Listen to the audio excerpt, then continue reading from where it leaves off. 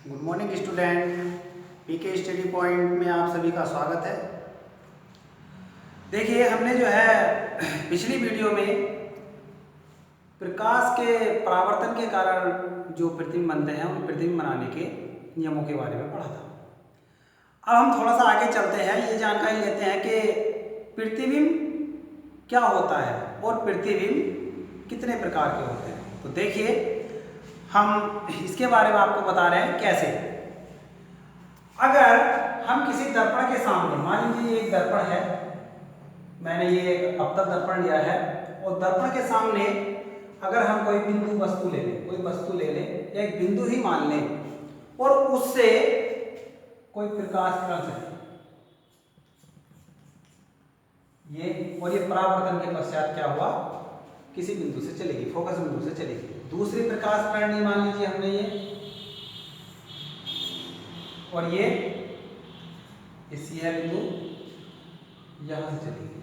दोनों प्रकाश किरणों ने यहां पर काटा, यहां पर इसका ये प्रतिबिंब बन गया। तो अब देखिए प्रतिबिंब क्या होता है, इसकी हम परिभाषा निकालते हैं यहां से। जैसे दर्पण के सामने एक बिंदु वस्तु रखी हुई है, तो किसी बिंदु वस्तु से जब कोई प्रकाश किरणें चलती हैं और वे परावर्तन के पश्चात किसी अन्य बिंदु पर जाकर मिलती हैं। एक बार दोबारा देखिए, जब किसी बिंदु वस्तु से चलने वाली प्रकाश की किरणें परावर्तन के पश्चात किसी दूसरे बिंदु पर जाकर मिलती हैं, तो दूसरे बिंदु को पहले बिंदु का प्रतिबिंब कहते हैं। दूसरा बिंदु क्या कहलाएगा? प्रतिबिंब कहलाएगा। और पहला वाला बिंदु क्या है? वस्तु है। तो हम ये कह सकते हैं कि पहले वस्तु से चलने वाली प्रकाश की किरणें परावर्तन के पश्चात जिस बिंदु पर जाकर मिलती हैं या जिस बिंदु से आती हुई प्रतीत होती हैं, ऐसे भी बोल सकते हैं, उस दूसरे बिंदु को पहले बिंदु का प्रतिबिंब कहते हैं। तो ऐसे ही हम किसी दर्पण है और कोई दो प्रकाश किरणें लेंगे, जहां पे मिलेंगी तो हमेशा दूसरा वाला जो पॉइंट होगा जिस पर वे काटेंगी, इंटरसेक्ट करेंगी, तो उसे क्या कहेंगे? हम प्रतिबिंब कहेंगे, पहले वाले बिंदु का प्रतिबिंब कहेंगे। देखिए, अब हमारे हैं प्रतिबिंब कितने प्रकार के होते हैं। तो किरणों के आधार पर जो है प्रतिबिंब दो प्रकार से होते हैं। कैसे?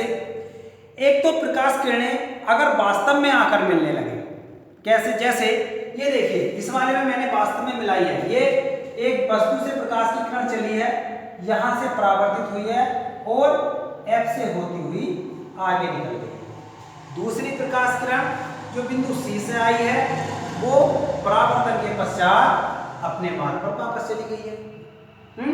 तो ये दोनों प्रकाश किरणें रेगुलर रही हैं, कहीं भी ऐसा नहीं हुआ है कि हमने इनके साथ कहीं छेड़छाड़ की हो, इन्हें जबरदस्ती मिलाया गया हो, ऐसा नहीं है। ये वास्तव में अपने आप मिली है यहाँ पर, तो ये वास्तविक प्रतिबिंब है। इसे रियल इमेज कहेंगे, ये वास्तविक प्रतिबिंब है। तो वास्तविक प्रतिबिंब की परिभाषा क्या हुई?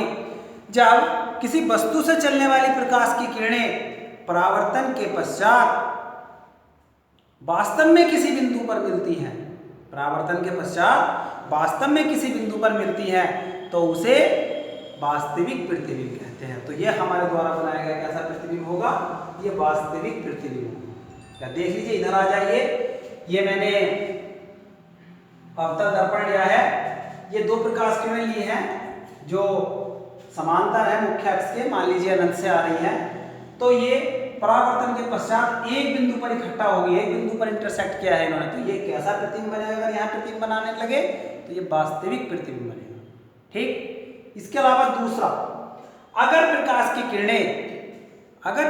किरणें किसी बिंदु पर मिल नहीं रही हैं और हमने उन्हें मिला हुआ माना है कि हाँ भाई, ये प्रकाश की किरणें इस बिंदु पर मिली नहीं है, उन्हें जबरदस्ती मिलाया गया है या आभास किया गया है कि हाँ ये इस बिंदु से मिलती है या मिलती हुई प्रतीत हो रही है, मतलब बात निश्चित नहीं है, अनिश्चित है।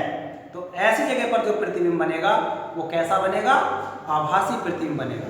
देखिए, जैसे यही जो चित्र ऊपर वाला, ये मैंने इसी तरह का उत्तल दर्पण के लिए बनाया है। ये दो प्रकाश की किरणें आई हैं, ये पहली वाली यहां आई, टकरा करके वापस चली गई, दर्पण से टकरा करके या परावर्तित होकर के वापस चली गई। ये प्रकाश किरणें दर्पण से आगे नहीं जाएगी, क्योंकि पीछे पोलिस है। दूसरी वाली प्रकाश किरण आई, ये भी दर्पण से टकरा करके वापस चली गई, आगे नहीं जाएगी क्योंकि पीछे पोलिस है। लेकिन हम फिर भी ये मानते हैं कि ये दोनों प्रकाश किरणें पीछे किसी बिंदु पर जाकर मिली हैं। तो हमने देखा कि समांतर आई तो कहाँ मिलेंगी? फोकस पर।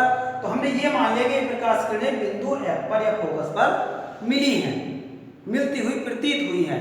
या ऐसा लगता है कि मान लीजिए फोकस बिंदु से आती हुई प्रतीत हो रही है, प्रतीत हो रही है, वास्तव में आती नहीं है।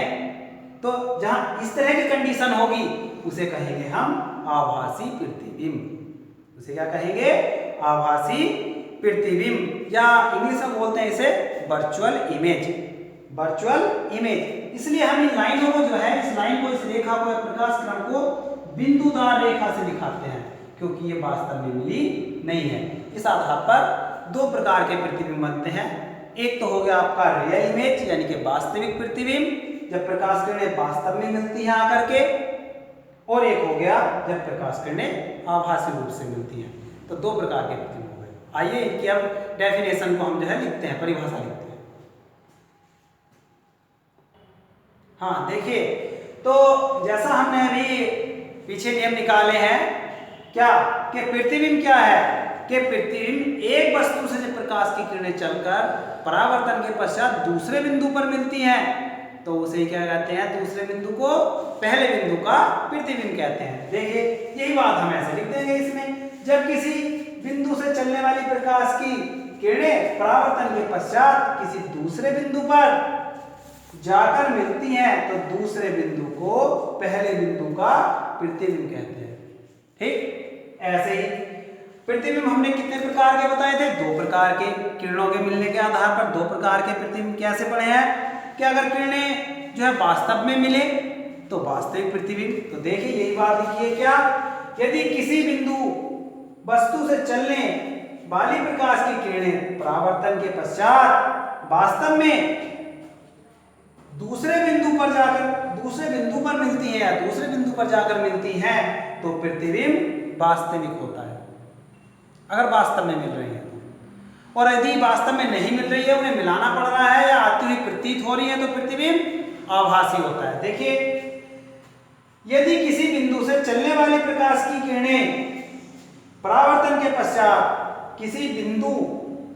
ये दूसरे यहां छूट गया था, मैंने नीचे लिख दिया, किसी दूसरे बिंदु से आती हुई प्रतीत होती है तो प्रतिबिंब आभासी होता है।